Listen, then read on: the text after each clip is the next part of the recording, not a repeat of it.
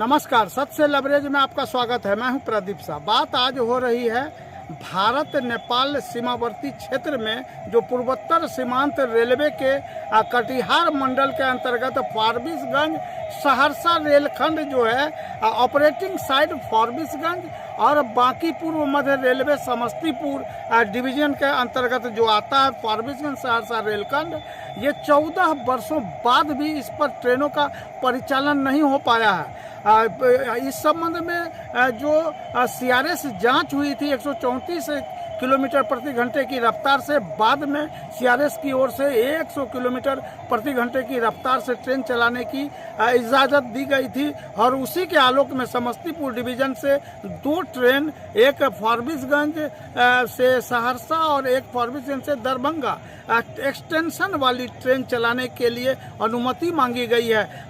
कल होली है, बावजूद इसके आज तक इसकी अनुमति रेलवे बोर्ड से नहीं मिली है। लगता है कि डबल इंजन की जो सरकार नहीं है, केंद्र में अलग सरकार, राज्य में अलग सरकार, इस वजह से ट्रेनों का परिचालन की अनुमति नहीं मिल रही है। लोग काफ़ी गुस्से में। स्थिति यह है कि फारबिसगंज के हालांकि कार्य भी काफ़ी कुछ बाकी है। अभी आप देखिए, मैं खड़ा हूँ, सत्य से लबरेज की टीम खड़ी है फारबिसगंज जंक्शन पर। ये फारबिसगंज जंक्शन का 2 नंबर का प्लेटफॉर्म है, ये अभी बनना बाकी है। इसी प्लेटफॉर्म पर ट्रेन जो चलेगी फारबिसगंज सहरसा के बीच, इसी प्लेटफॉर्म पर चलेगी। इस प्लेटफॉर्म पर जो कार्य हो रहे थे उसकी गुणवत्ता को लेकर कुछ शिकायत हुई और कार्य बंद है। और उसके अलावे जो ये देखिए सामने 3 नंबर प्लेटफॉर्म है, इस पर पटरियाँ अभी बिछाया जाना बाकी है।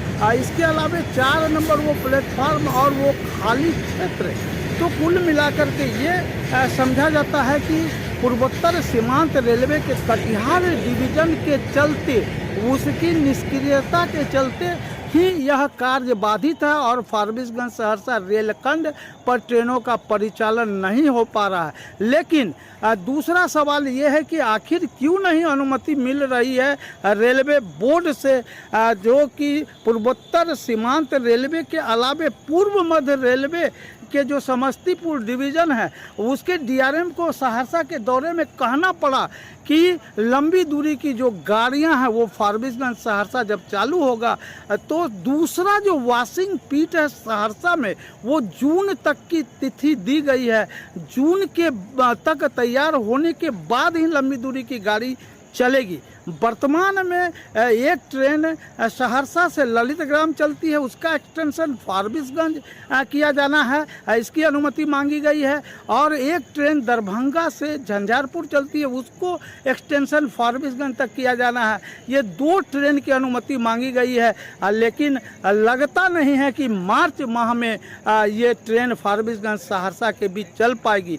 या यूँ कहें कि डबल इंजन की सरकार नहीं है, केंद्र राज्य में एक जैसा सरकार नहीं होने का खामियाजा लोगों को भुगतना पड़ रहा है, मिथिलांचल के लोगों को, सीमांचल के लोगों को। हालांकि फारबिसगंज सहरसा 112 किलोमीटर रेलखंड का जो अमान परिवर्तन है वो 7 चरणों में हुआ है। काफ़ी ढेर सारा वक्त लगा है। कहते हैं कि राम राज्य में जो है राम का वनवास 14 वर्षों बाद समाप्त हो गया था, लेकिन यह फारबिसगंज सहरसा रेलखंड रूपी राम वनवास कब समाप्त होता है ये देखने का विषय है। सबसे बड़ी बात यह है कि इस क्षेत्र के जनप्रतिनिधि निष्क्रिय बने बैठे हैं। प्रशासन के लोग, हालांकि अभी हाल ही में फारबिसगंज सहरसा रेलखंड को 100 करोड़ से भी अधिक रुपये मिले हैं।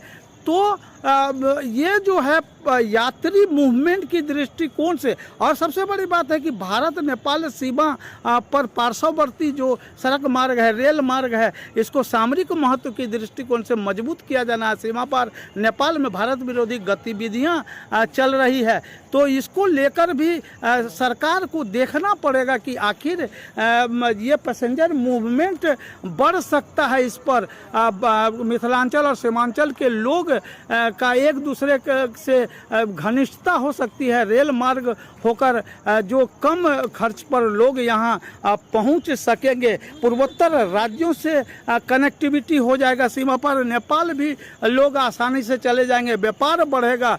लेकिन हिमालय के तलहटी में बसे फारबिसगंज रेणुमाटी क्षेत्र में नेताओं क्षत्रपों की कमी है और इस वजह से डबल इंजन की सरकार नहीं है और उसी का खामियाजा भुगतना पड़ता है। सत्य से लबरेज ने अपनी ओर से लगातार कोशिश की है, लेकिन सतह पर कार्य भी तो नहीं हो रहे हैं। आखिर इसके लिए जिम्मेदार कौन है, यह जांच का विषय है। सत्य से लबरेज के लिए मैं प्रदीप साहब।